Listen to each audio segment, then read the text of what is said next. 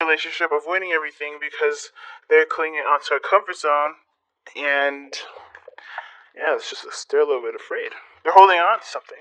They know that there's a risk that needs to be taken, but that makes them hold on even more for some weird reason. And the other person here, they know that the success that could come from it, but there is a period of pause. Somebody's, not taking action. Someone's taking a break or just not making any progress. And you guys have retreat time to disconnect from the world. Okay, very interesting. All right, so already from the get-go, there's a new beginning. Obviously, there's an opportunity for things to start over, things to start fresh. Definitely starting this whole relationship off with a big bang, right? And I really feel like for a lot of you guys, or some of you guys here, either are really ready for this opportunity or really scared. I mean, it could be because of somebody that it could be that really how the situation acted or how it turned out in the past. What happened? What panned out? What went crazy? Or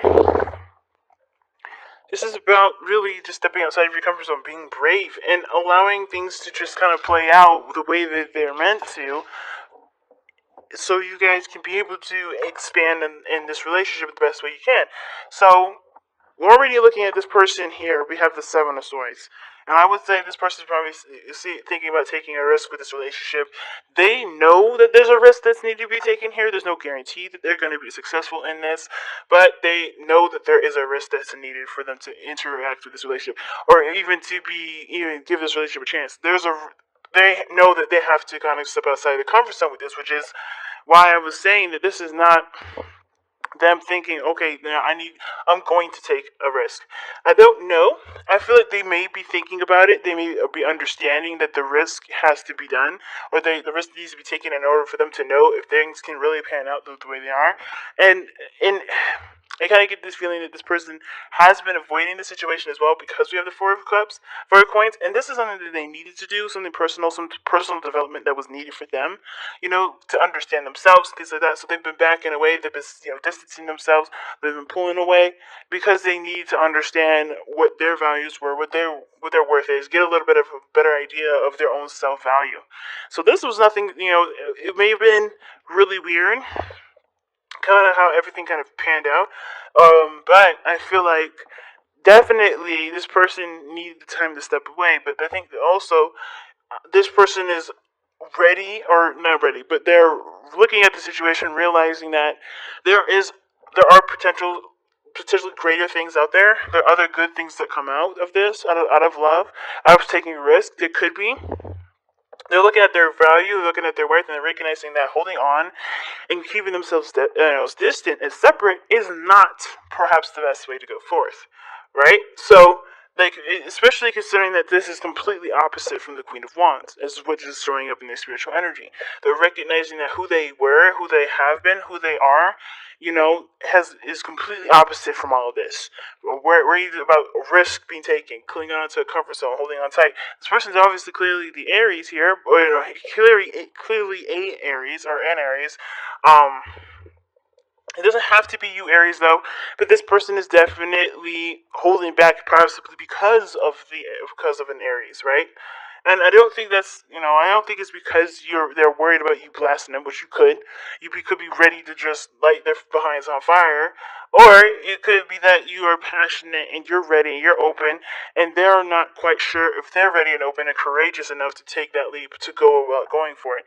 At the same time, this could just be them, right? They could identify themselves as the Queen of Wands. Maybe they believe that they were fearless, they were open, they were courageous at one point, and now they're scared. They're worried. They're not open to taking risks. They're not open to taking a risk. But they have to in order for there to be development in this relationship, or in order for this burden to finally be put down, and for there to be, a connection that does have the potential to grow magnificently, especially considering that you guys have had this history with each other. There has been something very similar to this in the past when this has happened, right? Where you can learn from that experience, and you do something differently for this experience, coming around. Now, the other person is showing up as this, showing up with the mental space being the Six of Wands, and that's telling me that this person sees this relationship as a success. They put in a lot of work, and they're very proud of the work that they put in this relationship. Now, I feel like, too, this person feels like they are, they may not be, no, I don't think that's the case. I feel like they do recognize the work that they put into the connection. They realize the work that they put into the relationship. They have a lot of pride here, though. I think this person is very prideful, not in a bad way per se, but I think this person's prideful, and they let their success and their ego kind of stand in the way. And and there's nothing wrong with pride as long as it doesn't, as long as it keeps you moving forward, as long as it opens, opens your horizons, and as long as you still have your horizons open to learning and new things. And I think this person is. But what's interesting about having the Six of Wands here in the mind space, like seeing the relationship as a success, worth the effort, doing things that, of course, show that the relationship has gotten stronger due to the effort that this person's put in. They've got the Four of Swords, so they're not doing anything. They're stagnant. They're not taking action. And it's not because they don't want to. It looks like they do with the Tower being in the foundation or being in the spiritual plane. But with the Four of Swords, it's like they are on pause, and it's because they need to take some time out to reflect. They need to take some time out to look within themselves. This is time of rest, time of period, time of relaxing or healing from a situation, and because of a Tower, something happened unexpectedly. They were proud of everything happening. Everything was going great. Then they're not making any moves because some serious change. Someone altered the course of the relationship. Someone altered the course of something. So therefore, there can't. This person's not taking action. That's what it looks like to me. Um, at the same time, it could be that this person is chilling, just not taking any action at this moment because the changes needed to have already been made. The changes that were needed have already been implemented. So there's nothing needed to do other than to rest. And this person is doing, obviously following the Romance Angels card here, which is retreat. Time to separate yourself from the world. And this person's definitely doing that with this energy, with this Four of Swords card. Taking a break, taking a rest. But it's so interesting that both parties here are, have a card of action here regarding their foundation. So things have happened which caused them to, to feel and think the way that they do, or to be and think the way they have, have here as displayed. And with the Four of Coins here and the Four of Swords, this being so interesting. They're both stagnant energies. They're both energies that don't move. They're both, they're not stagnant, but they're fours, which means that they're fixed, they're stable, they don't move, they're solid, they're foundational. So I feel like regarding this relationship, everybody's kind of trying to connect with the self again. This person especially, I think they realize that there's a risk being taken, and what they're realizing is that they're not their old self. They're not who they used to be. They're not who they usually are, which is fearless.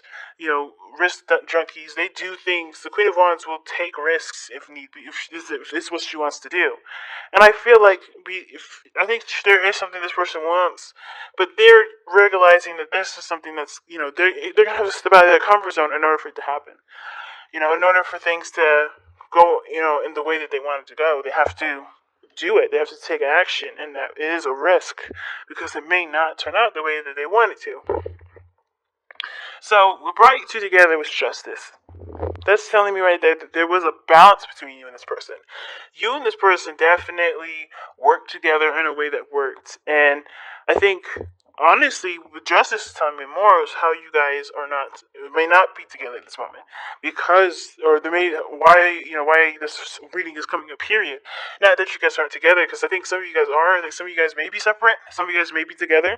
But the challenges that you're actually facing are two cards now, not just the justice card. Because I think when you guys came into each other's lives, you already had a dynamic of yourself that wasn't balanced. The other person allowed you to see the part of yourself that needed balancing. And I think that the burden now is that you have a role in the relationship that you guys can no longer play because maybe you've already, you've found out what you needed to balance for yourself, and you're doing that, and therefore you don't need the other person to hold up that role anymore. So you can be able to do your temperance thing and moderation and have that harmony within yourself to keep your 50% going. You know what I'm saying? Because we don't need somebody to do the dishes, clean the house while somebody goes to work and tends to the bells. I think everybody can do a piece of everything, but their own stuff, and that can keep everything balanced, keep everything afloat, keep everything that's overbearing for one person, you know, from feeling suffocated. But I also feel like, you know, this is about an emotional balance too. Like if somebody I think that both parties needed something to kind of go by as reference as to what they needed to balance themselves. And I think that both parties honestly came into this relationship without forgiving their pasts. And I know that that's weird, right? Like why would you say that? Because there's no cards in here that would reference the past. But to be honest, justice does talk about forgiveness. It talks about amending a situation. Injustice could be that you guys came in with an imbalance, really meaning that you guys came in with something that wasn't corrected, something that wasn't straightened out, something that wasn't, forgiven. There was a grudge perhaps going into it, and therefore it affected the relationship, which is why you have the Ten of Wands here. But justice can also indicate that you guys may have gotten back together to apologize, to create, to make amends to the past and see if there is a potential for something new. But the struggle now is letting go of the burden that the past had, or what you guys have, go through this process, which could be grudges, maybe, disappointments, whatever. There's some pride here, or there's some sort of resistance to dropping the burden because they're still holding on to something that doesn't serve them at this moment, right? There's a new opportunity here, but the Ten of Wands is the challenge. Letting go and opening up to new things, that's a hard thing. That's hard. But it's not impossible. And I think that's the part that needs to be emphasized more, right? It was like, oh, it's so hard, but it's not impossible. You can move forward. You can create a new, you can have greatness in your life, but that's when truly and utterly believe it and allow yourself to embrace a new experience fully.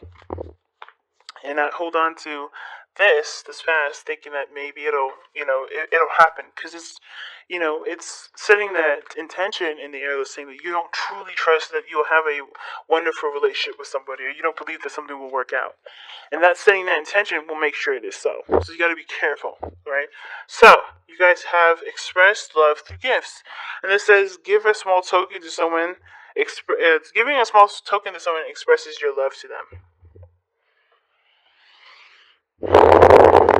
Mm.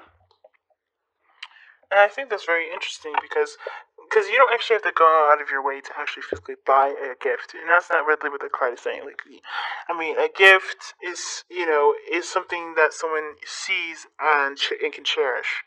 It can be literally spending time with someone. It can be loving on them, and experiencing something with this person, talking with them, because people see gifts as very different things. And I don't know if some of you guys have read the book or have, learned about or heard of the five languages of love, but they talk about that, right? Because there's people that do love gifts. They love the people that do them favors, right? Doing chores and, tending to things for them, or spending time with them, being written letters, things like that, right? People see gifts as so many different things. And I think the way that you show that you love them and by caring and care for them is by doing the things that honestly apply to their love language, if that makes sense. If this person doesn't like jewelry, but they love hearing music, and they love a certain band or whatever, or and they love a certain thing, and they love spending time with you. That may be the thing. The thing is, the gift that you may want to give them is something that requires you to go out to a concert with them, or go out to a concert with those people that they love, right? But be careful with that card kind of message, because you don't want to bribe them to love you. You don't want to bribe anyone to. You don't want to bribe somebody. You can express their love. You can express your love in a way that doesn't show that you want something back. And I think that's the biggest thing. But the thing is here with express love to gifts is by showing that you care by giving of yourself, Mostly, you give of yourself when you give a gift. When you give of yourself when you show love. And this is one of those things. Give of yourself right now without expectations, without wanting something in return. And it's hard to do for a lot of people because they always think, okay, well, tit for tat. Well, this is not a tit for tat situation, especially if you love this person. If you truly love them, you can give them love without having to receive it in return. And it's hard to do, but it's possible. That's why this person is hung up here. Because they feel like, if I go out of my way and I get rejected, then, I'm left with nothing. That's not true. You still have that love. You still have that love. If that person can't give it back to you, that doesn't mean that you don't have love. You always have love. But you just don't have, you just don't have their affections for you at the moment, right? You just don't have them at this moment. And it doesn't mean that you can't have it eventually, and it doesn't mean that you'll never have it. But it does talk about realizing that the situation calls for unconditional love, unconditional expression. Love on the person.